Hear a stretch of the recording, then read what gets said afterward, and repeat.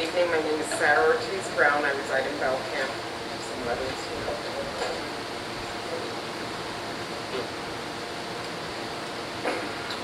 Ms. Brown, can you grab that microphone above your head there? Yep, thank you. Good evening, Mayor McGrady, council members, and fellow constituents. My name is Sarah Ortiz Brown. I work for Harford Family House as the program director. I've been there for almost 5 years. For anyone that may not know, Harford Family House provides transitional housing for families experiencing homelessness.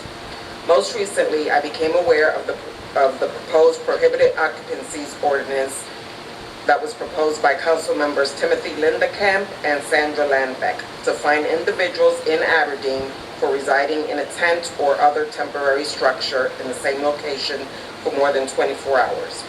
Sadly, it appears no one bothered to perform due diligence before proposing such an offensive ordinance. Why else would anyone believe that criminalizing the homeless would make sense? Mayor McGrady said he hopes this will nudge people to seek help. He stated, if they can't live in a tent, then they'll do something else. May I ask what that something else is? Do you truly believe they want to live their lives out of a tent or other temporary shelter? Mayor McGrady, you stated they will take advantage of the voluminous opportunities available to them. Again, I ask you, what are those voluminous opportunities? As a professional working with the homeless here in Harford County for over 5 years, I can assure you that statement could not be farther from the truth.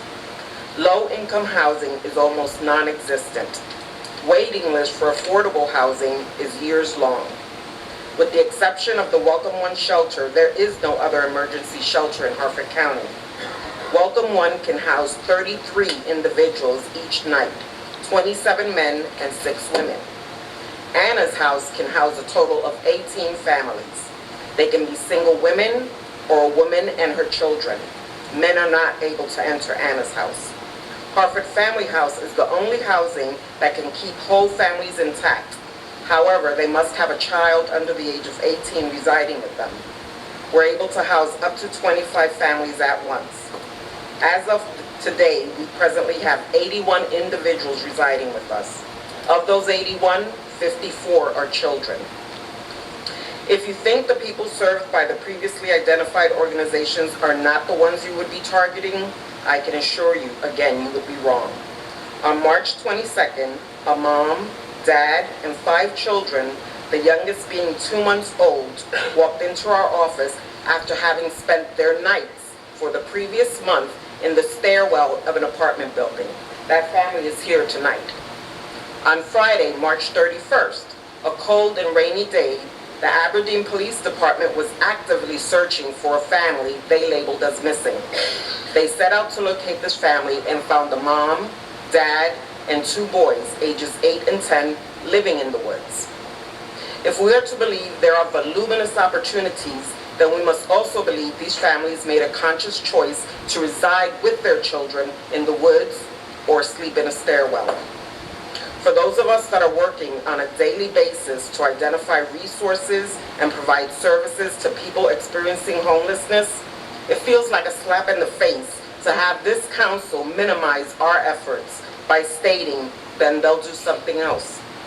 We hope they take advantage of the voluminous opportunities, or they could get the help if they needed it. We who are in the trenches every day know that the need far outweighs the availability of resources. The number of 187 listed by HUD is absurd.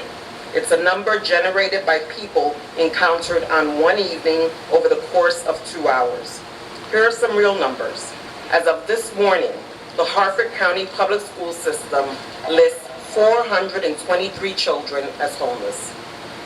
The Community Action Agency, who is also here tonight, has a waiting list of over 150 homeless families seeking somewhere to go. Please don't pretend this ordinance is anything more than a way to put your blinders on and push this problem onto someone else. Yet again, the not in my backyard mentality has reared its ugly head here in Harford County. Police Chief Trabert expressed an interest in finding ways to help the homeless community and to educate others and change the perception some people have of the homeless. We invite Mayor McGrady, Chief Trabert, and every council member here this evening to attend the next Continuum of Care meeting being held next Tuesday from 1 to 3 p.m. right in this chamber. It is at these meetings where the service providers come together to discuss the issues of homelessness and to offer genuine solutions and partnerships.